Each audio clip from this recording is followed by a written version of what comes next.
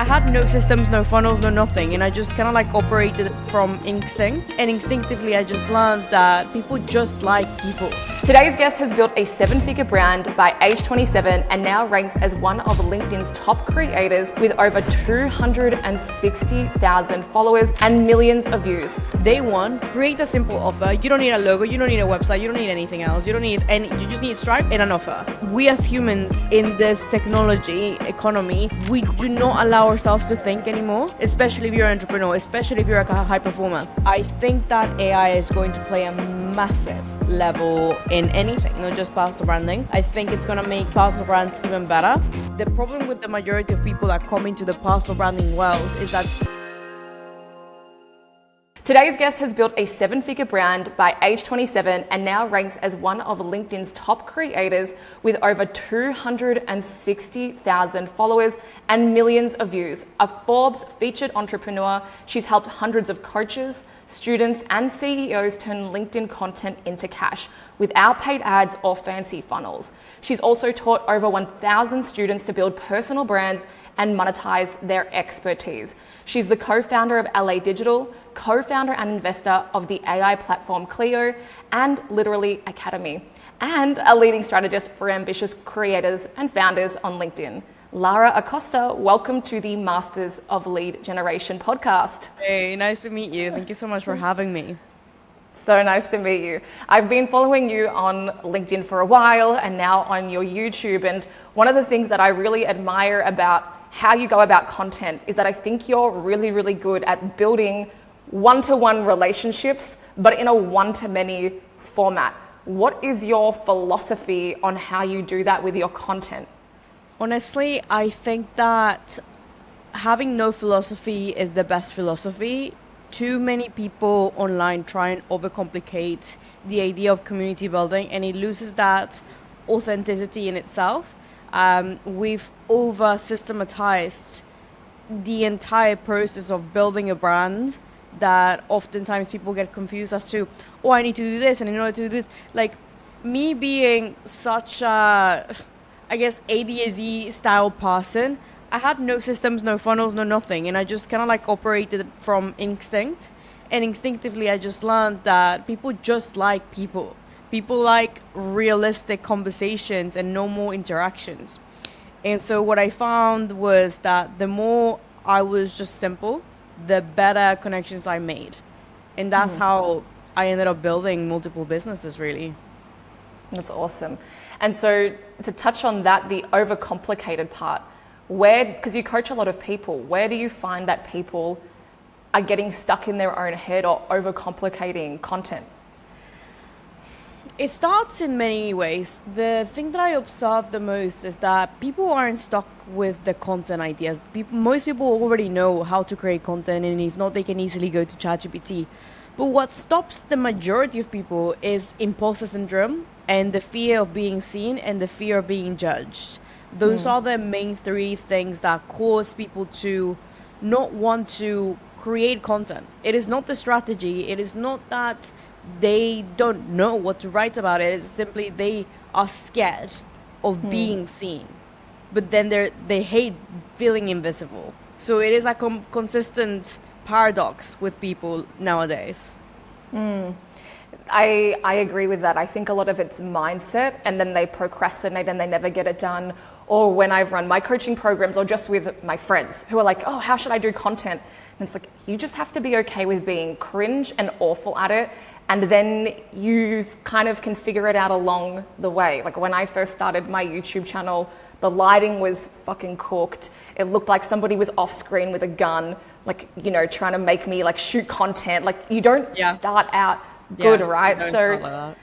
And so when you're trying to get somebody to have this like epiphany to just get started and to get over those fears, what usually helps? So what we've done is I've sort of gamified this process for our members inside of Literally Academy.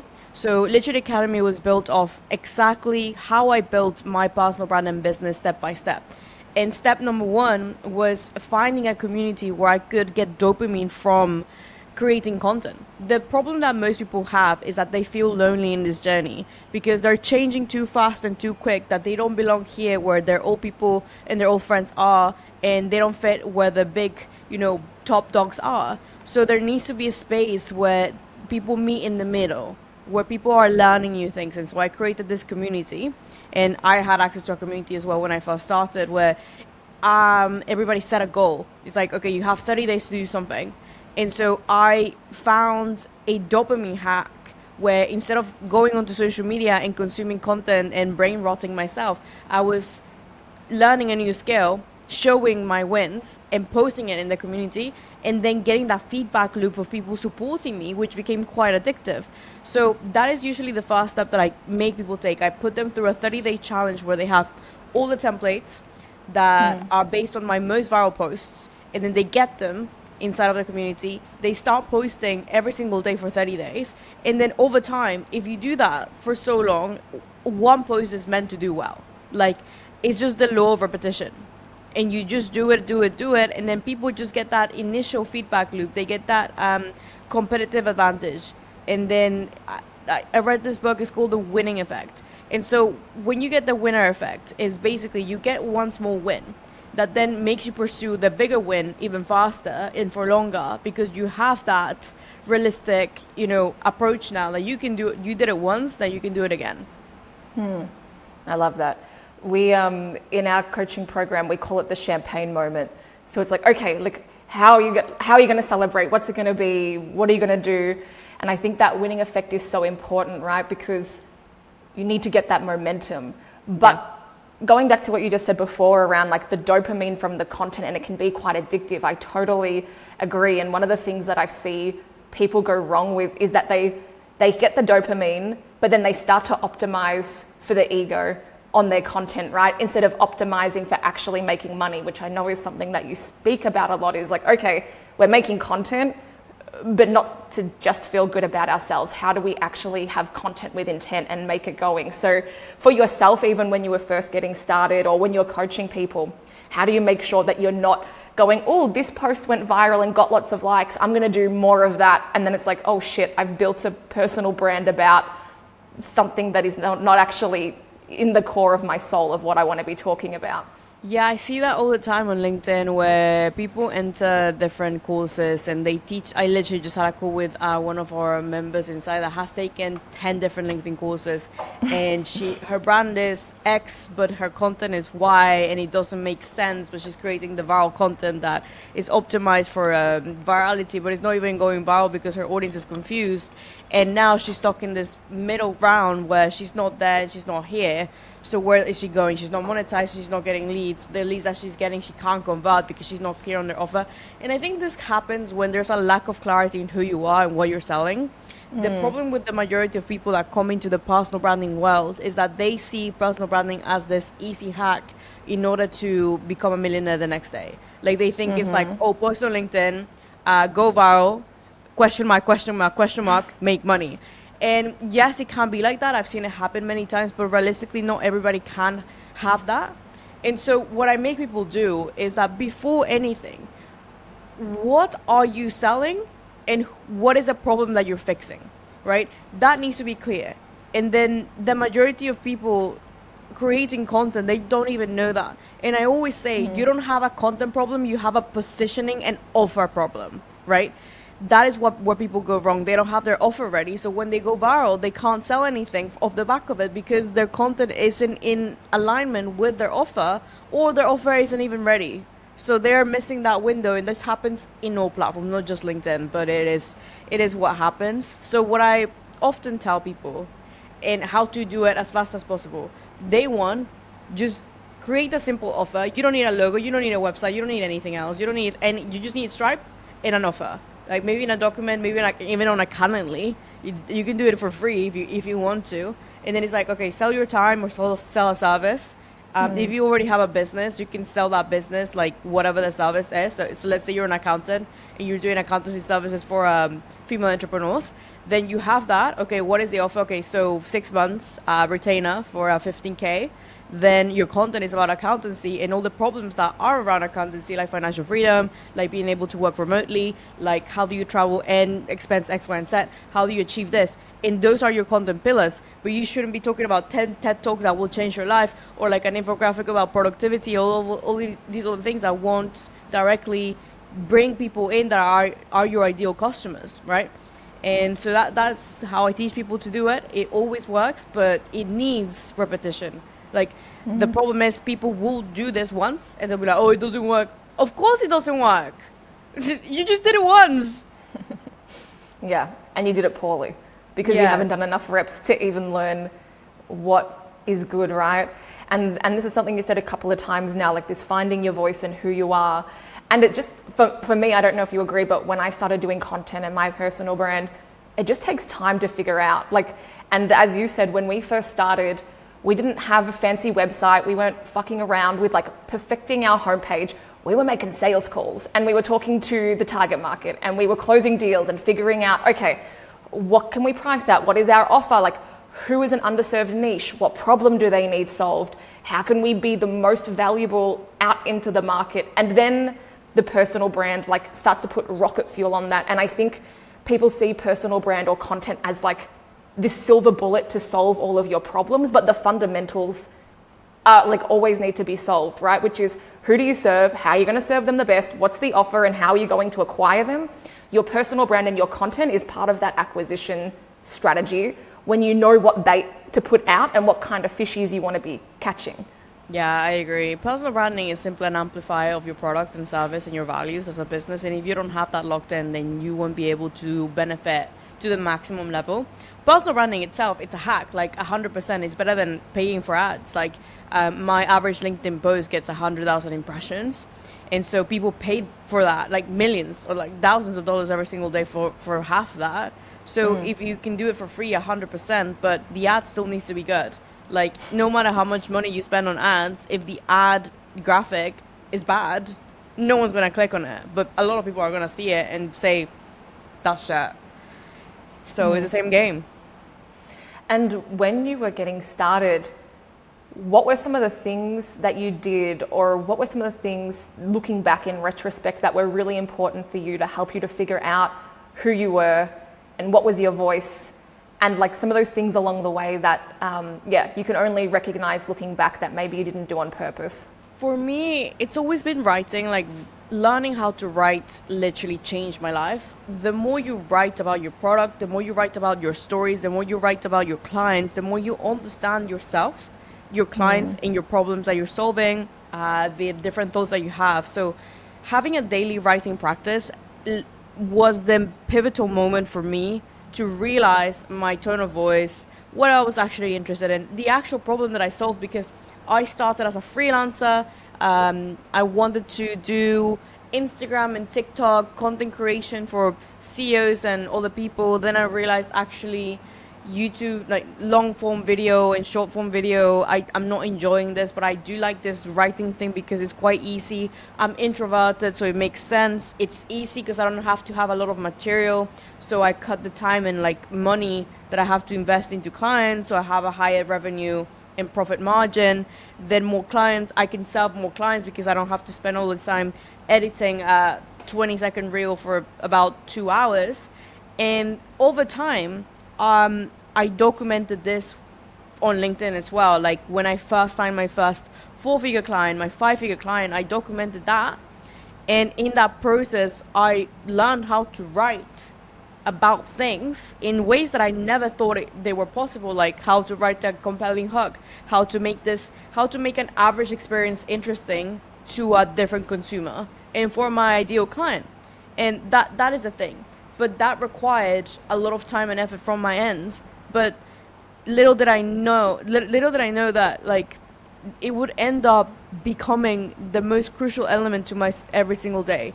Like I have a writing block every day because I know that it's beneficial. Because we as humans in this technology economy, we do not allow ourselves to think anymore. We're just go mode, especially if you're an entrepreneur, especially if you're like a high performer.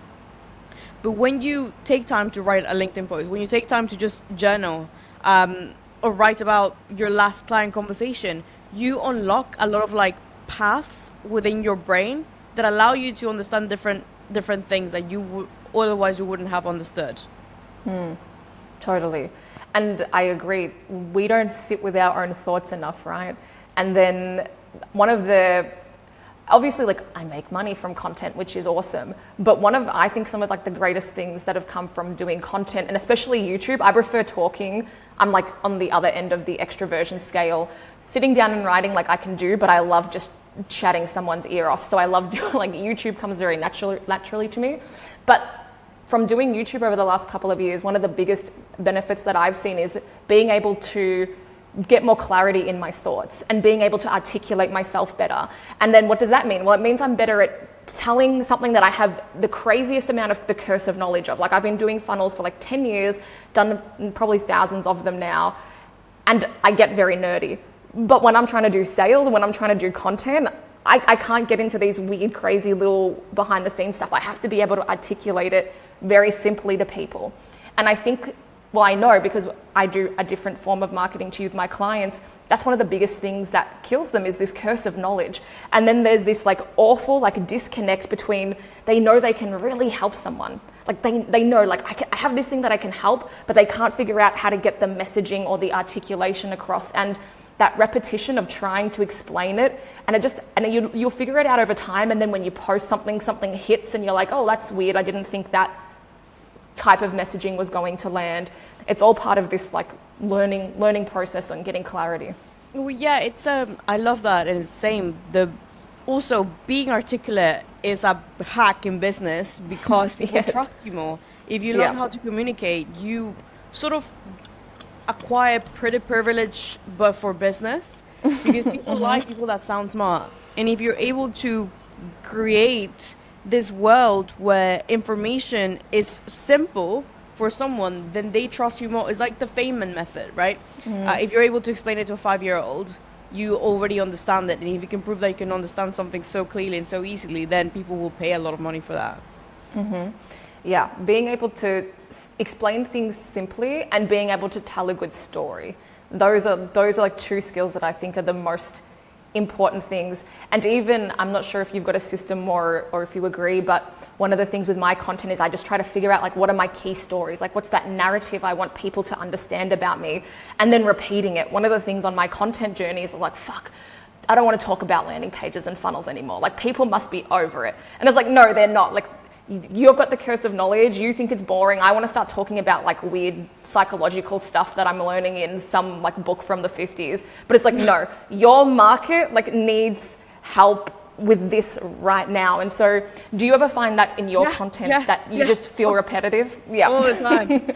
Not so much on LinkedIn, because I've sort of gamified it for myself that I know I have to speak about that, because also luckily and also unluckily the market maturity is not as high as it would be on YouTube or Instagram, where concepts such as the PASS framework or Pesto or whatever these frameworks are, they're still quite novel to many consumers on LinkedIn, luckily for me. So I know that based on the data that I receive, the feedback loops that I get from LinkedIn, they like it when I explain simple frameworks like that, whereas I guess if I was on Instagram or even YouTube, I'd be more torn to talk about psychological things that I learned on a random book from the 50s, because I that's me.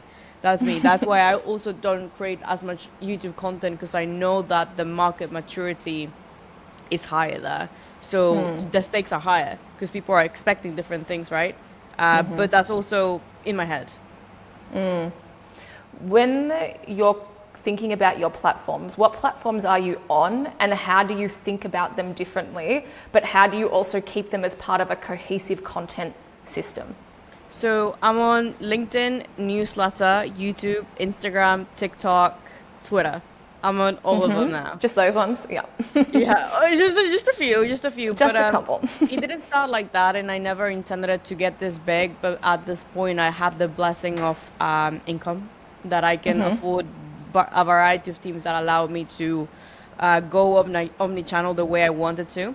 But I started with LinkedIn, and I made a promise to myself that I wouldn't go to any other platform until I had around 50,000 followers. It just didn't make sense. And the reason why I say this is, if you cannot understand how to create specific content in one platform, you're going to be shit at all of them, right? And with LinkedIn, it became so abundantly clear that if I could hack communication there and conciseness, and also lead generation, then I would be able to then redistribute my knowledge elsewhere. So then I grew my LinkedIn to 50K. I had done enough money from that. I had clients, etc. So, okay, I know that the topic that I'm talking about is validated. I know my niche is validated. I know my offer is validated. And I know that my experience and personality and personal brand background and all these other things are interesting to people enough to follow. Now, I wanted to monetize even further, and I had heard that newsletter was where the money was at. And I was like, all right, get me there. So I started a newsletter, grew it to, 5K followers in 24 hours, luckily, because I had the blessing of distribution. Okay? Then I started a feedback loop with the winning effect, or the champagne moment, where I was like, okay, win. On to the next. And then I was growing Twitter and newsletter simultaneously, because I paired a writing platform with a writing platform. So it became very simple for me to redistribute content, because I wasn't switching context. So I made a conscious effort to find things that I could pair together, so I wasn't overwhelming myself with different types of setup, background, camera, all of these things, because I couldn't afford it. 2, I didn't know. 3, I didn't have time because I was servicing clients. 4, I knew that if I went on video, I wanted to do it right. And that's one key element that a lot of people don't really think about. So I could have gone on YouTube ages ago, and I should have. And I really, really wish I did. But my perfectionist self and tendency, I really wanted to do it right.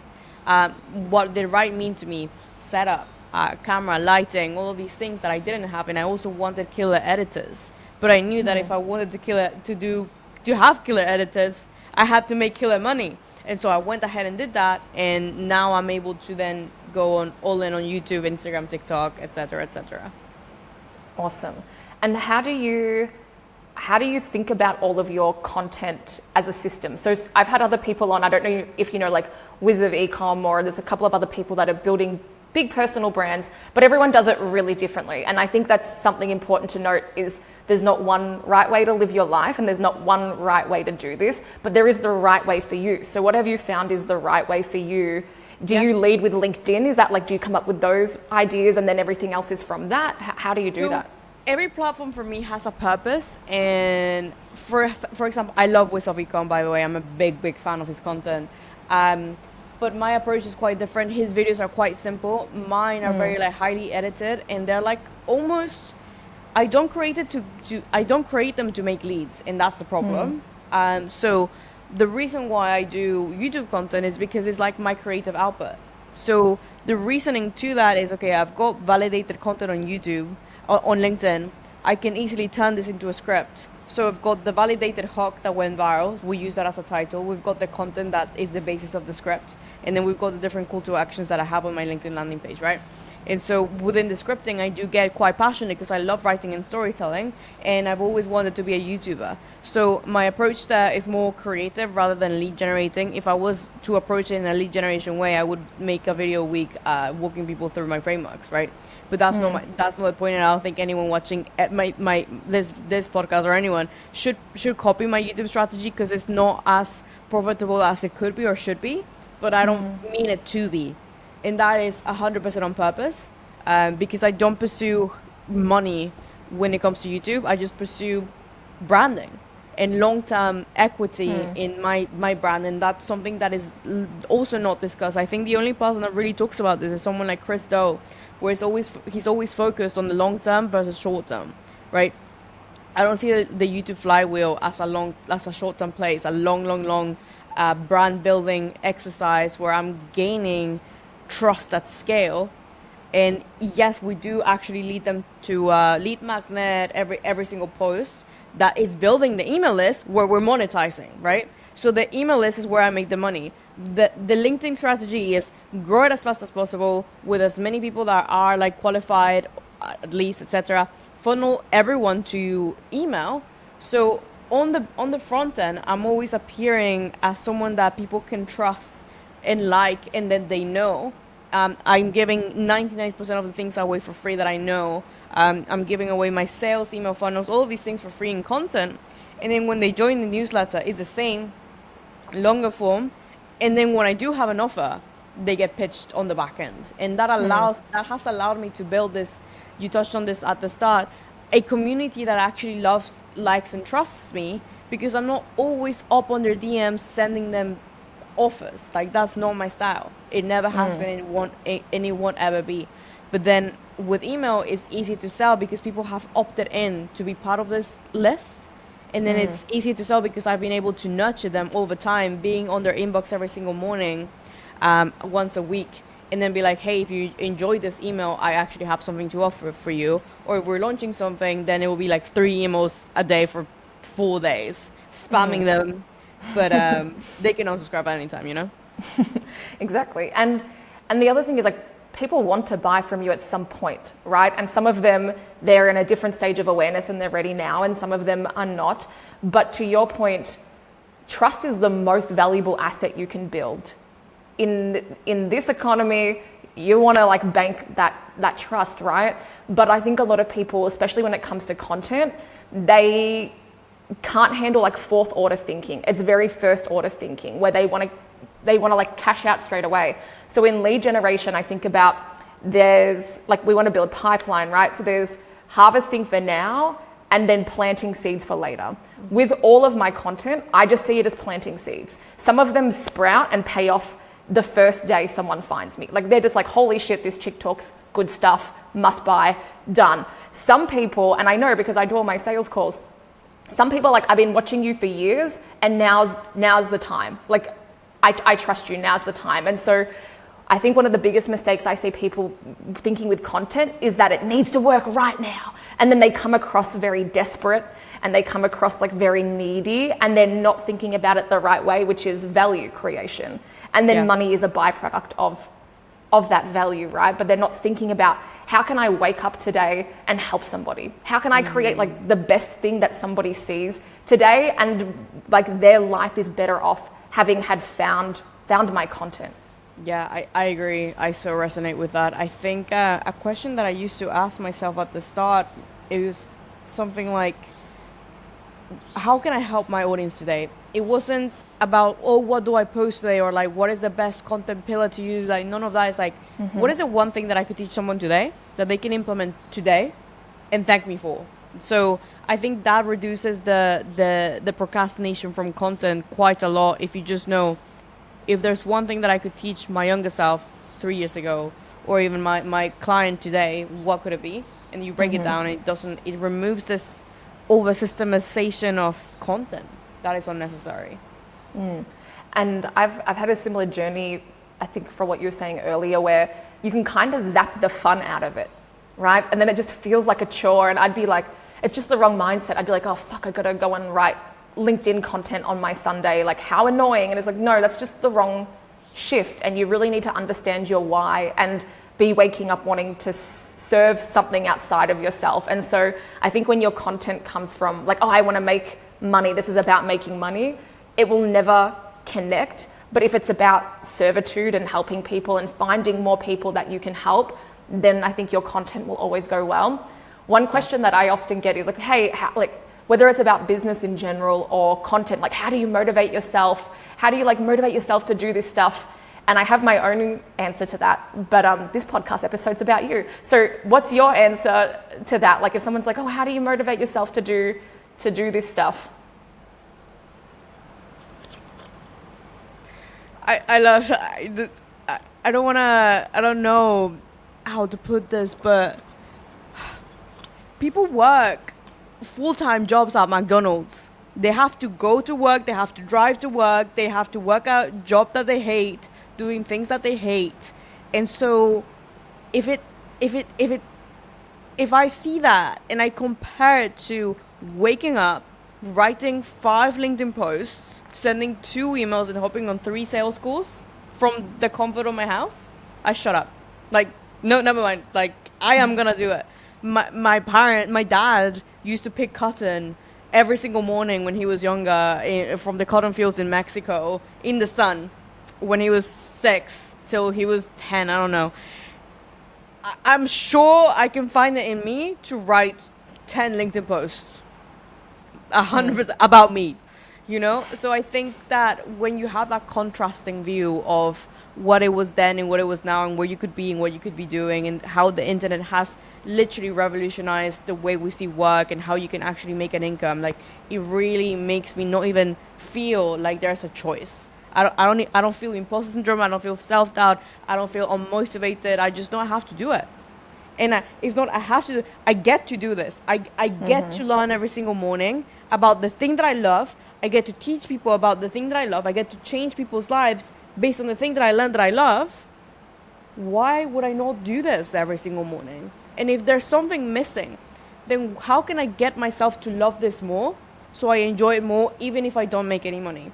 And I think the thing that has made me an incredibly successful content creator so fast is that I would be doing this for free.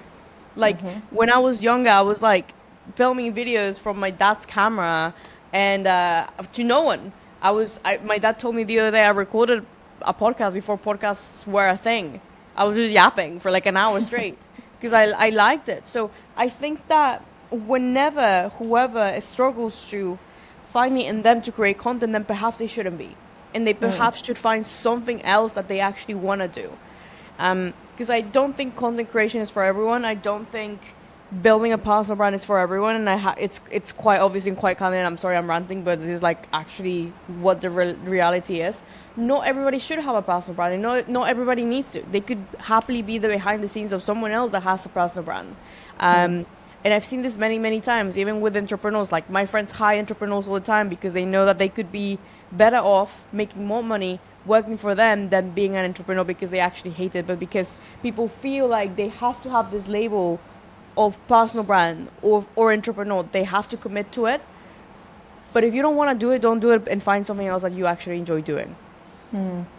I think it's one of the things that people struggle with when this is like bigger than content, right? But it's like, who are you and what are your values and why are you here and what makes you happy? Like, why have you been sent here? What makes you happy and what should you be doing? And this happens a lot, like, because we see everybody's personal brands or content and then we start to emulate that because it looks successful from the outside, right? But there's no point climbing to the top of a mountain and looking around and realizing, shit, I climbed the wrong mountain. And I think that's what a lot of people end up doing, just putting content aside in business. And I know I've done that, you know, where I've started to run the wrong race and I was like, this is not me. Like, I'm doing some bro-fueled testosterone business growth hack here. Like, this is not my vibe. And wait, what like were you always doing?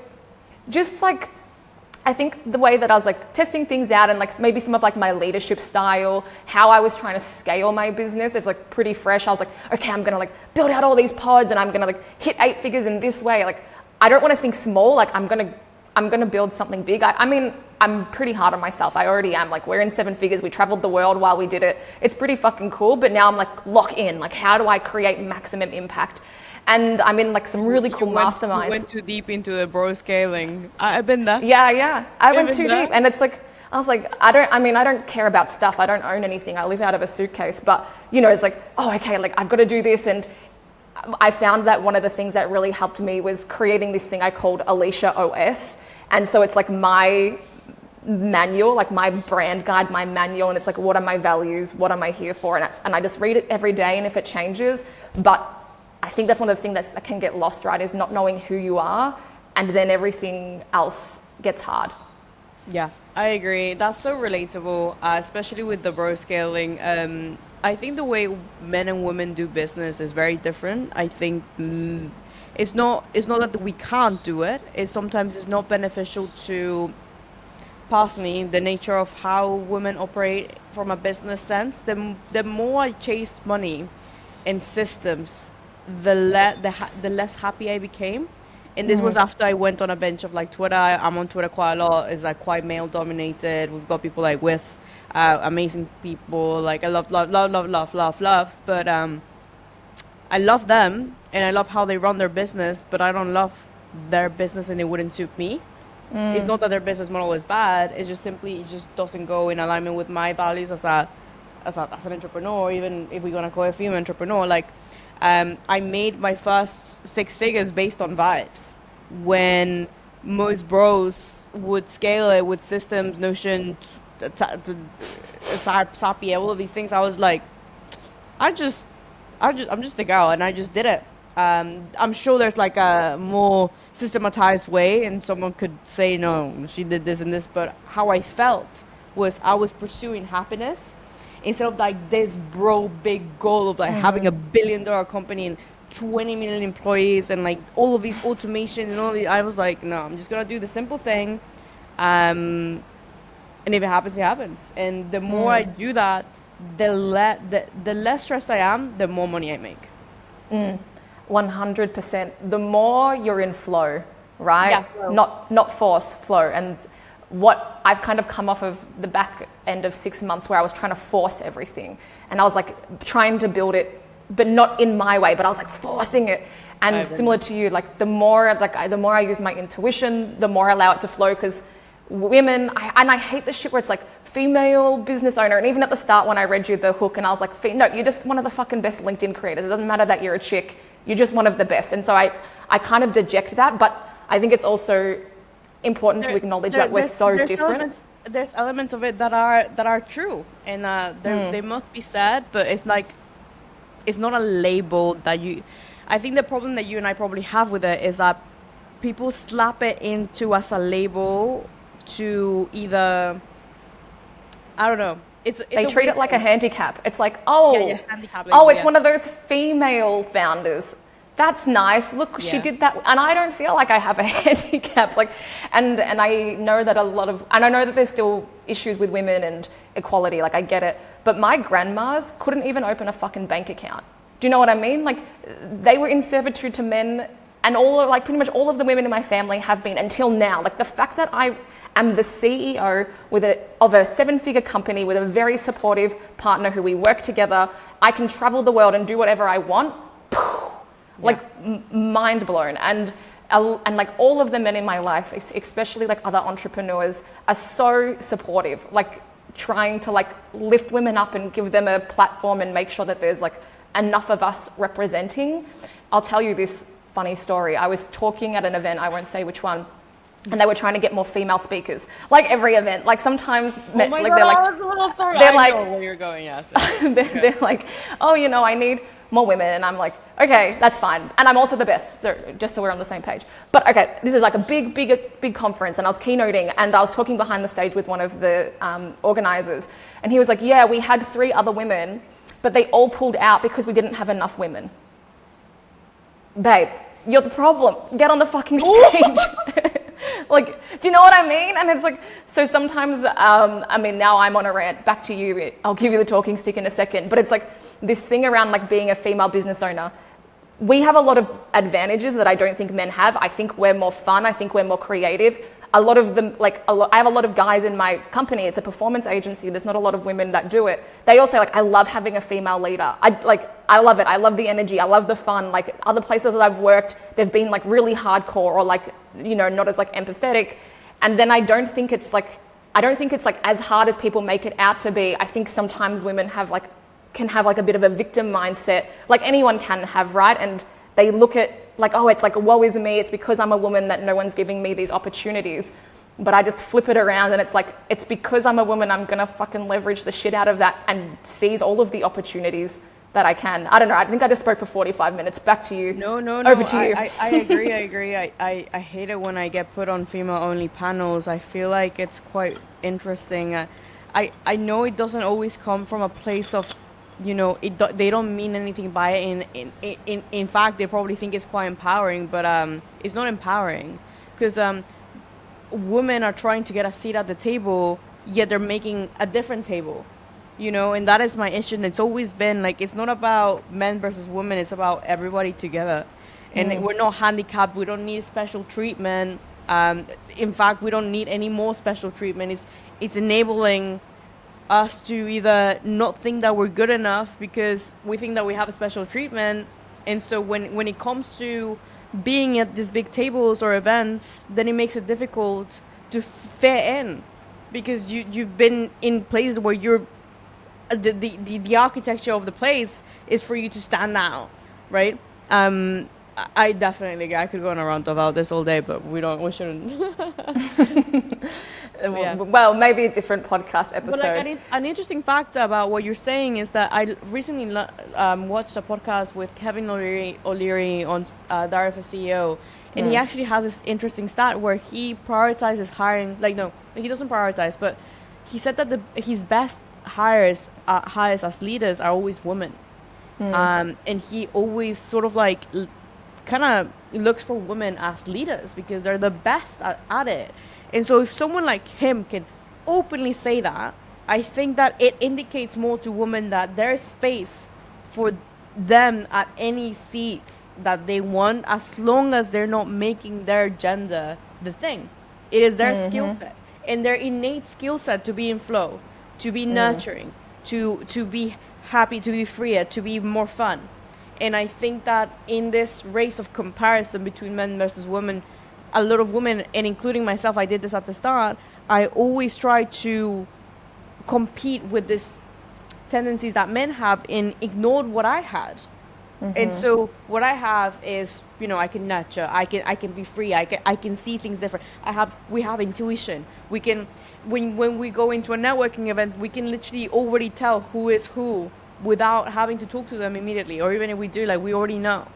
And learning how to utilize these things that you see as a disadvantage or advantage, even the fact that we potentially sometimes tend to be more emotional when it comes to decision making. Okay, how can I use this emotion to my benefit? And if we lack logic just innately, how can I learn this logic and then implement it with this insane intuition that I have, rather than oh, I'm a girl and I can do that? No, it's not that you can't. It's just you need to just learn. And even when you're like running a business, right? Like often you might tap into more of like your masculine energy or more of your feminine energy, and it's just about like knowing the different parts of you and where you're stronger. Because some women are naturally like do lean into more of that masculine energy, and some are more feminine. But I think it goes back to that point you mentioned earlier, just knowing who you are and what are your skill sets, and not trying to copy or model running somebody else's race. Yeah, I agree. I think even now, like in this podcast, we can come across as quite masculine just because we're quite direct, and that's fine. But when it comes to something else, like different part of the business, when it comes for us to go into a team meeting, we'll probably be more feminine and more giving and more slow and like nicer, But I think that, again, it's a labels thing. People are so quick to think that we can only be masculine or feminine. It's both. It's the yin and yang, and it's how people are successful. Like my dad, for example, he's an incredibly masculine man, but when it came to raising me, he was always leaning into his feminine. He was always he had flow and he was not nurturing, but that doesn't make him any less of a man. And us leaning into the masculine doesn't make us any less women, like any less feminine. Exactly. And I think people misinterpret masculine and feminine energy as man v woman, but it's not. We all, as you said, it's the yin and the yang. We have that energy inside of us, and then there's different times to tap into it, and that's just how you got to run the business. Is there anything that you believe in, like wholeheartedly die on a hill, that you think pisses off other people in business or in personal branding? I guess it's more so what I see a lot is this idea of authenticity. I always talk about it. Everybody tries to be authentic, and then everybody ends up not being authentic for the sake of trying to be authentic. So I don't know if you've seen this meme. It's quite funny. It's like a discussion of a panel. It's like every panel in 2025 is like, oh, what do you think about authenticity? Authenticity is basically this, and try to be, and it's just like this word that is being thrown around as a marketing term, but essentially it's meant. It came to mean nothing, because people try to become this idea of themselves when they aren't that yet, and they're not trying to even become that. And so they try to be authentic by doing day in a lives and posting behind the scenes of their business, thinking that is a marketing pillar, when in reality it's just a lie. The most authentic people that you ever find are people that are just simply honest and just talking from the heart and from knowledge. And that is what makes someone magnetic. And then people are trying to manufacture this magnetism that they don't have. And they're trying to be one of the creator archetypes. Like everybody either tries to be Gary Vee, Alex Ramosi, Lila Hurd if you're a girl, Grace Beverly, whatever, but you're not them. You can take parts and bits of them that suit you, but you will never be someone else. And if you try and be someone else, you'll never be as good as them, because there's only one of them and there's only one of you. So I always try and enforce people to try and find themselves through writing, because the more they learn about themselves, the more they can actually start speaking about who they are and what they want. And a lot more people need to actually get out into the world and create experiences to talk about, to make themselves interesting, so people can they buy into their personal brand journey, right? When I first started writing LinkedIn content, I had nothing to show, so I went ahead and learned things to show. Then I created experiences to talk about, and then lo and behold, over time, people would come to me to give me more experiences that then I could talk about, right? But I think, again, because social media is free and it is made seem that it's this very easy thing, we forget that we still have to create the inputs to generate the outputs. And I think that is something that not enough people understand. It's the same with ChatGPT. Like, people will go to ChatGPT and ask for it to solve a problem that they don't even know they need solving. Like, I have an AI expert friend, and I would be like, oh my God, help me with ChatGPT. He's like, okay, what do you need help with? This was 3 years ago when it first came out. And I was like, oh, I don't know. And he's like, that is the problem. Like, people think that we have the solution, and we do, but if you don't even know the problem, then we cannot solve it. Yeah, correct problem identification, I think a lot of people struggle with, and then they start to solve for the wrong problem. But the first thing you need to do is figure out, well, what problem are we even solving here? Even when I'm managing my team, a great thing that I learned in one of Ryan Dice's mastermind is this 1-3-1 method. So it's like, 1, you state the problem in one clear sentence, because most people can't even do that. They'll come to you with a big word vomit, or you can't get your own clarity. So it's like, okay, here's what I think the problem is, and this is what we do in our company. Then here's 3 potential solutions. I've thought about it with my own brain. Here are 3 potential solutions. And then the last one is, here's the one that I think will work and why. And even if you do that exercise with yourself, you start to realize where you're like, is this even a problem? Or was I just making some shit up, and I actually was stacking all this anxiety on something that wasn't even a problem? I'm interested to know for you, Lara, how do you think about the difference when you're creating your content between being vulnerable versus oversharing? And how do you balance that? I'm very lucky that I come from a highly intelligent, highly judgmental mother. That whenever, like, my racer for content is, if my mom read this, would she call me telling me to delete it? And if the answer is yes, I wouldn't post it. I think a lot of clients, they'll see very vulnerable posts going viral. All the time it happens, all the time, especially on LinkedIn. They burnt out posts, the I just got fired posts, I tried to commit suicide posts, all of these things. Yes, they're great, but what does that indicate to your ideal user, or ideal client, or even yourself? If this feels uncomfortable, even to just read again, I probably wouldn't post it, even though the content may be good and it may help someone, like if you're talking about depression. But if you don't feel comfortable posting it, then your gut is telling you to not do it. I often say that you need to talk from a point where you're showing your scars, not your wounds. And I learned this lesson in a very hard way when I burnt out for the first time. And I say burnout with, for anyone listening, I'm doing like the quoted commas, because I was seeing everybody talk about burnout. I was 6 months into my LinkedIn journey, and I wanted to talk about burnout, and I thought I was burnt out. I was just tired, And so I made this post about burnout. I was like, I think I'm burning out, and this is what I'm doing. I tried to make it an educational post. It wasn't that deep. I get clients and emails, I got emails from clients being like, are you okay? Are you still able to do the work for us? And I was like, oh, shit, I didn't mean it like that. And so it ended up costing me more than the post would ever give me. The post went viral for sure, but at what cost, right? And so when it comes to being vulnerable and authentic, it is not about airing your dirty laundry. And I think this is where having a strong content strategy comes in. Like, what are the key things that every single post needs to have?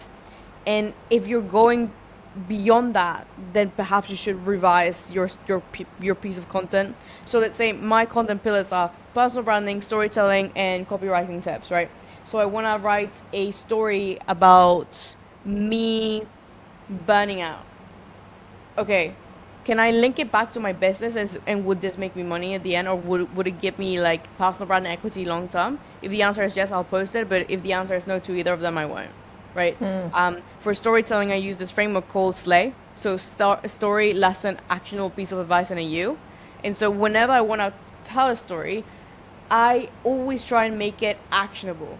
And that is a good ratio for 99% of stories that are like overwhelmingly long or overwhelmingly too vulnerable, because if they're too vulnerable, then you can't educate with it, right?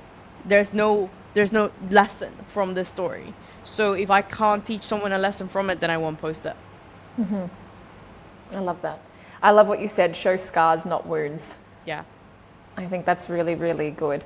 And I think that's something that I don't think I found it yet. What am I happy to share online? I'm a very, very private person. That's like been ingrained in me from one of my grandmothers, very private. Don't like share your house, don't flash wealth, don't do anything. Yeah. But it's also part of it's like it's like aspirational, and the stuff when I show behind the scenes or what I'm dealing with, or the shit that happens, or the cool stuff that I'm doing, like that's where I get the most traction in terms of like people thinking, oh my God, that's amazing, thank you so much for sharing. Or there's been posts and movements, my partner and I, we did this thing when we like originally like quit our jobs, and we called it Operation Freedom, and we quit hands over breakfast and both quit our jobs that day, and we were like, fuck it, we'll figure out the business, and here we are figuring it out. And I don't even tell the stories probably enough, but people who like have seen that, they remember it, and those like things are quite memorable. So yeah, it's still something that I'm trying to figure out, is like, what's that blend between being vulnerable and being aspirational, and like I think also for me, it's like being the person that I wish I could have had that person to follow when I started business. And I try to think of it that way, but that's my word vomit on that. I haven't figured it out. I think, no, you're on the right track, and I think most personal brands, especially at the start, should be 80% educational, 20% storytelling. I think you're doing it right, and I think there's different platforms where there's a lot more nuance and flexibility.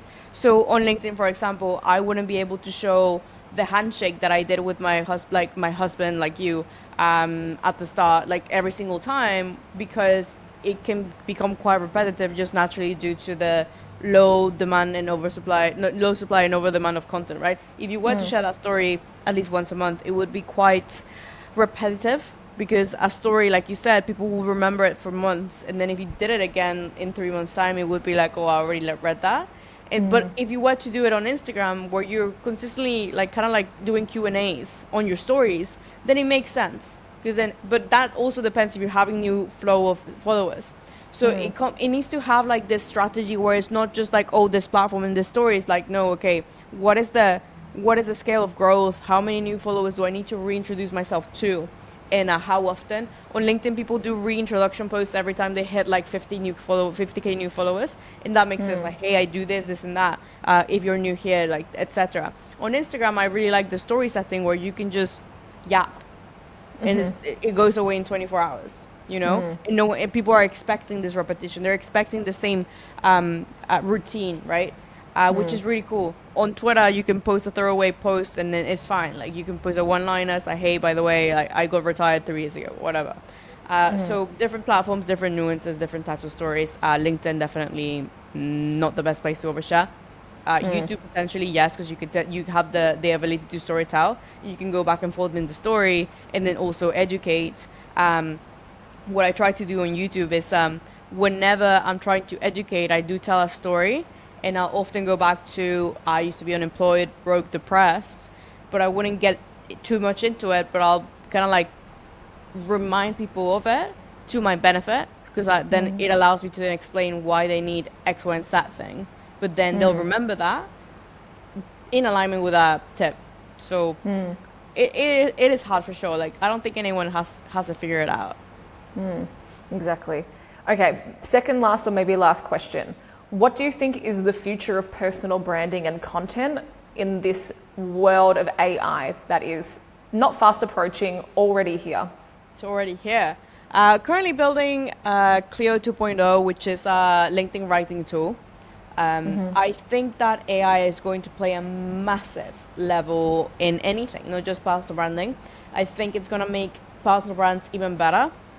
It's going to allow the founders to create more authentic content, because it will take away the stress of creating the best hooks and the best formatted content and all of these things, and the market research and the content trends, which then allows the founder to get on more stages, to have more photos, to go on more podcasts, to gain more knowledge, because it's giving us time back from all of these operations. They also get money back because they don't have to hire 20 copywriters to do one thing. They don't have to have all of these teams to do the email funnels, the email sequences. Like, if they have one really good copywriter that they can automate all of these things with AI, that's amazing. And now they have all this extra revenue that they can reinvest in other things, like experiences, like better masterminds, like better setup for YouTube. And so people shouldn't fear AI. They should just learn how to operate with it, you know? It's the same thing with cars. Like, people are so scared of AI because they think it's like this crazy robot. But cars, at the start, they were this thing that no one knew, but now we use them every single day and we don't even think about it. We don't even know how a car operates from the back end. We just drive it. And it's the same thing with AI. I think that the novelty of it is scaring people off. It's making people feel like we're going to lose against this race with robots, and maybe we will. But in the meantime, when we still have this advantage of humanity, I feel like people should be so excited to learn about it, make as much money with it possible, and then figure out if it's the end of the world for humans or not. But I don't see it happening in the next 10 years. And if we have 10 years to create generational wealth with AI, then I feel like we can come to an agreement with the robots and, you know, create money with them as well. But I don't think that's gonna happen. But yeah, I love AI. It's changed my life. It's built my businesses. It's made my life so much simpler. I use AI every single day. I'm creating a tool with AI as well. If it will write the best LinkedIn content for people, it will save them time. It will make them go viral, and it's a win-win for everyone. Yeah, I always forget that there's people not using AI, right? So, because I'm in like agency masterminds, like we're fucking flogging AI, and what I've realized, because I used to be a bit worried about And then AI, you go outside to talk to and then people I'm like, that don't know anything. and they're still, and this is the thing, because everyone's worried like, agencies are going to be replaced by AI. No, we're not. Let's think about this. What's going to happen is most of my clients can't even use their CRM. Okay, so that technology is not going to replace me. What I believe is going to happen though, keeping in mind like what is the ecosystem that agencies exist in. There's 60,000 marketing agencies in the USA alone, 10% up from last year, 54,000 last year, 60,000 this year. Everyone's doing the like quit your 9 to 5, start an agency, passive income, whatever is their thing, right? On top of that, there's hundreds of thousands of freelancers, consultants, contractors. That's what the ecosystem we exist in. I don't think agencies are going to die. I think what's going to happen is that there's going to be businesses like in any industry that actually adopt AI, and then that gap between those businesses is going to expand. And I already see it because I just work with so many clients, like the really good ones that already have a very good business and they use technology as an accelerator, not as the backbone of their company, as an accelerator for what they've already got in their foundations. That gap between them and their competitors is going to become insurmountable. And what will happen is what I think will happen is a lot of businesses will die out because they no longer can compete on economics, and most businesses already don't realize your competitive moat should be around economics and other things in your business. So there will be less businesses for us to serve. And so that's where I think having a personal brand is very important, because would you prefer to work with Lara, who obviously knows what she's doing, like you've built a connection with her, or some random chick with 100 followers on Instagram, right? Who you've never heard of? It's like, Yeah. That's what I think is going to be the ecosystem if Yeah. AGI doesn't kill us all in 2 years, which I also think is a possibility. But I've come to the same conclusion as you, where, well, that's inevitable and that's outside of my circle of influence. So I'll just make money in the meantime and have fun. Yeah, I agree. The gap is going to get bigger, but I do think that there's going to be this anti-AI business model. I'm sure of it, where it's like, we don't use any AI, we don't use any of these things, we're completely human. And that's going to be a massive selling point for the people that don't use AI, because there's so many people that hate AI. So it is very interesting to observe from the outside and the inside, and I'm sure we'll find. Sorry if there's noise for no reason. No worries. No, that's fine. This was an awesome podcast. Thank you so much. I know it's late for you, and you brought so much wisdom and value, and I really, really appreciate you. Where can everybody find you after this episode? They can find me on LinkedIn, so Lara Acosta Yeah. LinkedIn, Lara Acosta on YouTube, and go to Clio.so if you want my new AI content writing tool. And if you want to be coached by me, go to literallyacademy.com. Amazing. Thank you so much, Lara. Thank you so much for having me.